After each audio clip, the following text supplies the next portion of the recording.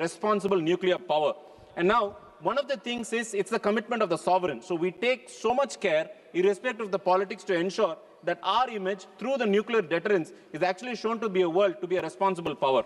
Now, I will also want to tabulate the difference between private enterprise and public enterprise across various industries, sir, and the outcomes that has happened because of a policy change allowing private enterprise to come in. I'm not against private enterprise, sir, but I want to point out to House in certain sensitive segments where the pursuit of profit has actually caused harm rather than, productivity in this country. You take energy, sir. Now, energy, there are a number of incidences where tragedies have happened. But let me stick to economics of the energy now. In the last 10 years, the cost of electricity that is being consumed by the consumers has actually increased by 25%, sir. When there's more private enterprise commissioning plants, which is a good thing, but the outcome of it is you have cost increase by 25%. On the public enterprise, we have superb enterprises like the NTPC, CIL, and GAIL, thanks to the stalwarts of liberalization who actually gave these products to us.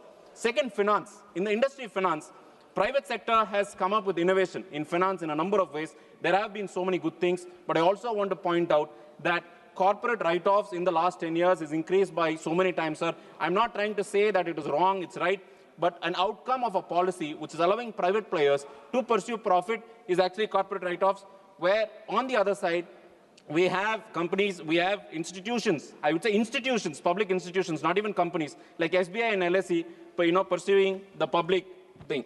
The last thing that I want to, two more things, sir, is food and agriculture. You see, one of the outcomes of the private enterprise coming in is the shortage of fertilizer. I mean, it is because of so many other reasons, but one of the reasons is because the private has a very large share of fertilizer production in this country, and that is one of the consequences of having a shortfall in the last season of shortage of fertilizer. On the other hand, we have TN's horticulture mission, which is actually have policies to enable the largest per capita production of vegetables in the country, sir. The last point we have, in this case itself, nuclear, you have Fukushima and you had Chernobyl happen, which again is Fukushima is again a private enterprise, sir. Japan, a country with much higher technical capabilities because of their history, has actually shut nuclear production for a long period of time. So I want the House to note that even with technical expertise, this has to handle with utmost caution. And now we have on the other side, public enterprise of Kalpakkam, sir. Kalpakkam Nuclear Energy, where fast breeder reactors technology have been pursued, and it's still safe, and no incidences have been reported in the Kalpakkam, sir. Now, a very important point is the risk profile, right? Whenever our country has, is open, it's liberal, it's trading in dollars, we're exporting, we're importing.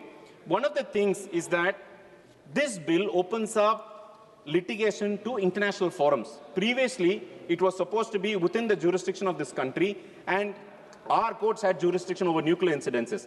What I want to point out here is this, sir, that it will have an implication when our private enterprise or when a country borrows in dollars, because our risk profile is also tied up to any of the litigation that may come up in the future, and because litigation and insurance is about future products, it's about a future risk. So the risk profile of our country, because of it being open up to international forums, is going to increase the cost of borrowing in international markets, and hence our exports are going to be expensive. I want the House to note that also, sir. Now, the next point that I want to note out is liability. The liability regime in this particular bill is actually pro-operator. The government has reasons to make it pro-operator because they want to say that, we want better technologies to come, we want better operators to come, we want large players to come. Yes, we all agree.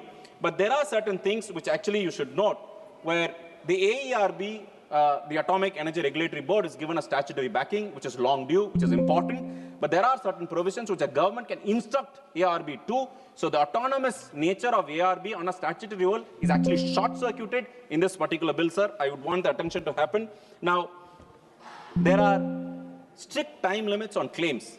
Anywhere in the country, sir, anywhere in the world also, whenever nuclear energy is present, there's always claims and counterclaims because of the nature of technology involved and its sensitivity. Now here, the government has come up with a particular section that says that any of the claims must be pursued through the claims commissioners. You can't approach the court system or the judiciary here. Again, what the government intends to do is basically say, look, we have given you a separate infrastructure so as to go to claims. But we know the history of claims, sir, and the jurisprudence in the country also. So there is enormous power, from the government to the operator to actually execute the project in spite of the claims. So there is a need for the government to clarify that there can actually be fair to the claimants if there is any. Now, that is under clause 70, sir, where there is no, clause 70 says there is no individual settlement. Individually, you can't go and say, look, I have a claim. It will all come from a consolidated fund. So they have to group all the victims or claimants together and have, the claims commissioner decides a certain amount and it has to be divided by the largest denominator, which is the number of people there, sir. So an individual claim has no merit here. So what the bill does is actually remove the individual rights, which you and I know, sir, it is enshrined in the constitution of the country and it's sacred to all of us now. Now, clause 54 has fixed tariffs. The government wants to give clarity to the operator, I presume, because that is why they brought in clause 37. But it has a fixed rate, sir. It's not market linked.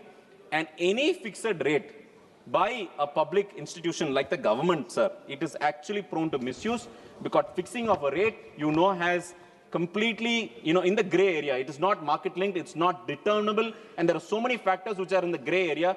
So the government must come up with a clear plan actually fixing the price, sir. Now, the most important point, which my colleagues have already pointed out, is there is a staggered limit on the claims that can happen. The largest or the highest cap is 3,000 crores, sir. 3,000 crores. I will tell you why that 3,000 crores is minuscule compared to the project size, which I will explain in the next section, which is the economics. Now, members would note that anywhere in the world, nuclear fuel or the nuclear energy is only stopgap, sir.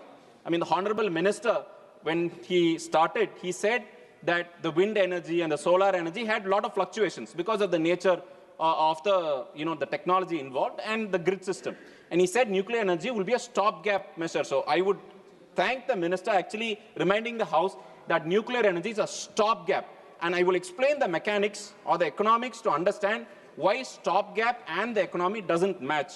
Now, the cost of nuclear versus different energies, sir. Any project has tangible cost and intangible cost. Tangible cost is something that you can measure. Intangible costs are those costs which is especially environmental factors, which comes through environmental clearance and the green tribunals that have been set up. Now, cost of production, capital expenditure. When you want to establish a nuclear power station or a nuclear project, cost per megawatt is 30 crores, sir. 30 crores per megawatt. Coal is approximately 12 crores, sir. You can still do it lower, but 12 crores is taking the latest technology in place, making sure clean fuel is available. So it's clean energy is available. So it's 12 crores, sir. Solar is 4.5 crore per megawatt.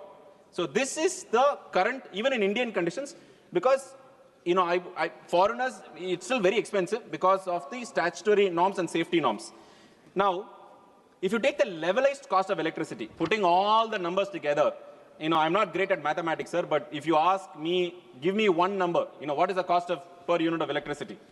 Now, the localized cost of electricity, LCOE is called, is rupees 5 per megawatt when it comes to a nuclear station above 100 megawatts, sir. You need that minimum scale because it doesn't come up with the investment if it's 1 megawatt or 2 megawatt. Now, for coal, it's 5.5 today in India's term. And for solar, it's 3 megawatt. Now, coming back to the stopgap, what the Honorable Minister had pointed out, sir. Now, this project of 30 crore per megawatt, a stopgap, is like a UPS in your home, right? You would spend 10 lakhs, 20 lakhs for your home, but the UPS will be less than 50,000 for the initiative that it provides, which is a stopgap, which is ensure that there is uninterrupted power supply, but on a larger scale through nuclear source. Now, when you take this stopgap measure, the cost of each of the project, that too linked to the dollar, because all of your technologies and the fuel come from dollar, not rupees, you are actually exporting or exposing the risk of the country to multitude of factors other than just cost of production, sir, which is actually intangible. We still don't know the intangible cost because advanced powers, where they have a matured nuclear industry, still haven't figured out the intangible cost, and you still have, so many litigations in the, Western Hemisphere on nuclear energy. Now, because of this exposure to the dollar, sir, you have to tap the international markets. The domestic markets cannot fund the size and scope of this particular project, and suppliers of technology will also want a stopgap because they will tap the dollar. Now, 1% increase in the interest rate, if from the borrower, impacts the cost of electricity production by 0.40 paise per kilowatt hour, sir. And you can multiply it by the thousands of the megawatt the government wants to bring in. It will actually make the project not feasible, sir. A 10% increase, which is about 5 rupees, and a 40 paise increase is a 10% increase, sir. Would you think the consumers or the government or the private industry? I don't think it's going to be liable, sir. The last point that I want to explain to the members of the House is safety.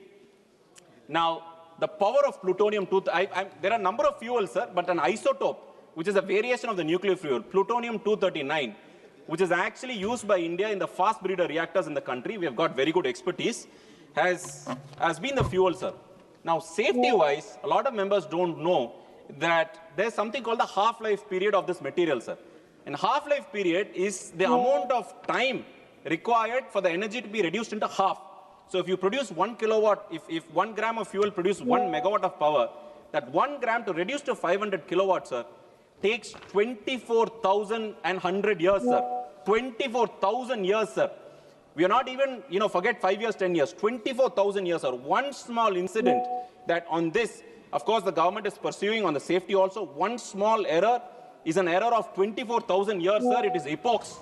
So also, I'm finishing, sir. Last point, the geological storage of spent fuel in this country. We have all got geological storage, sir. Geological storage is the storage where you keep this fuel. Spent fuel, which can't be given outside, is approximately 10,000 years, sir. Forget about the policy continuity on 50 years, 100 years. 10,000 years, are you going to have a policy continuity? There are a number of risks, sir. I'm finishing last point, sir. The number of risks in this bill where the government's intention is to bring up innovation, bring up energy production. I think the government is at risk in terms of safety, in terms of statutory routes, and in terms of getting our engineers to actually come up to date. So I request the government to take note that there is a lot of risks which is opening our country into foreign, risks. So I request the government to revisit or revise to JPC. Thank you for the opportunity, sir. Honorable Member, Alok Kumar Sumanji.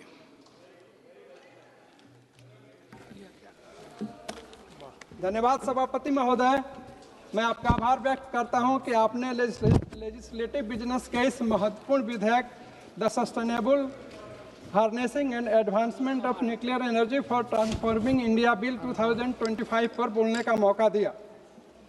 यह bill देश के परमाणु ऊर्जा को नियंत्रित और sustainable उपयोग की दिशा में एक महत्वपूर्ण प्रगति की पहल है। इस विधेयक का मुख्य उद्देश्य एटॉमिक एनर्जी एक्ट 1962 और civil liability of nuclear damage act 2010 को रिपील करना है।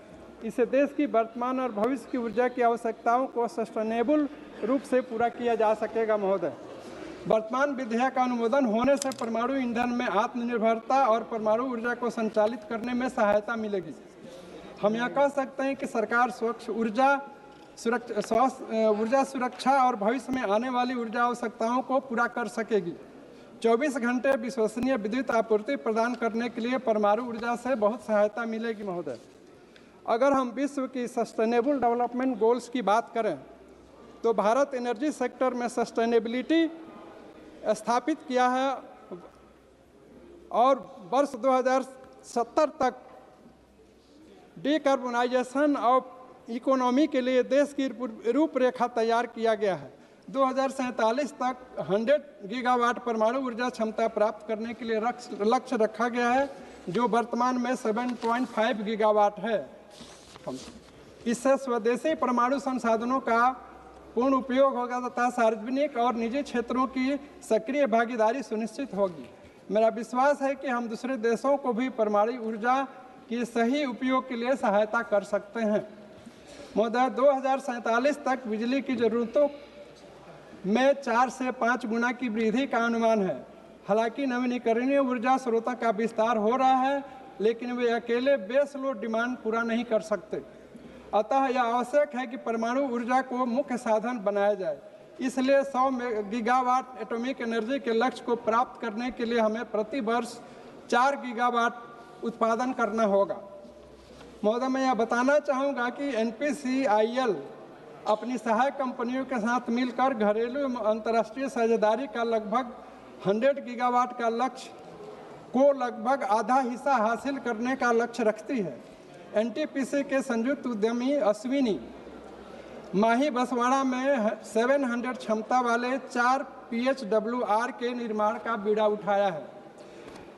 इन सभी गतिविधियों में इस विधेयक से सहायता मिलेगी। महोदय, जैसा कि हम सभी जानते हैं, डॉक्टर होमी भाभा के द्वारा परमाणु ऊर्जा की शुरुआत की गई। कई आशंकाओं के कारण देश के परमाणु विस्तार में प्रतिबंध भी लगा, लेकिन मजबूत सरकार ने सारी चुनौतियों को सामना किया। महोदय, आज हमारे माननीय प्रधानमंत्री श्री नरेंद्र मोदी जी और हमारे बिहार के माननीय मुख्यमंत्री श्री नीतीश कुमार जी के मजबूत नेतृत्व में सरकार परमाणु ऊर्जा क्षेत्र में अनेकों उपलब्धियां हासिल करने की दिशा में आगे बढ़ रही है। 2 दशकों में 10 नए न्यूक्लियर रिएक्टर्स का काम प्रगति पर है, जिससे न्यूक्लियर पावर जनरेशन 10 गुना बढ़ जाएगा। महोदय, वर्तमान विधेयक के चैप्टर 2 में grant of licence and safety authorisation की बात की गई है। सेक्शन 3 के सब सेक्शन 1 to 5 में सेफ्टी आदि की बात की गई है। मेरा यह सुझाव है कि यह फ्यूल को सेफ्टी स्टोर करने के लिए राज्य सरकार की भी सहायता लेनी चाहिए। न्यूक्लियर फैसिलिटी के लिए अधिकतम वाटर यूज होगा, इसके लिए भी सस्टेनेबिलिटी को ध्यान में रखते हुए स्टेट गवर्नमेंट से ओब्लिगेटरी सलाह मशविरा किया जा सकता है। महोदय, इस चैप्टर 2 का सेक्शन 4 रेडियो एक्टिव सब्सटेंस की रेगुलेशन और रेडिएशन जनरेटिंग इक्विपमेंट की भी बात करता है।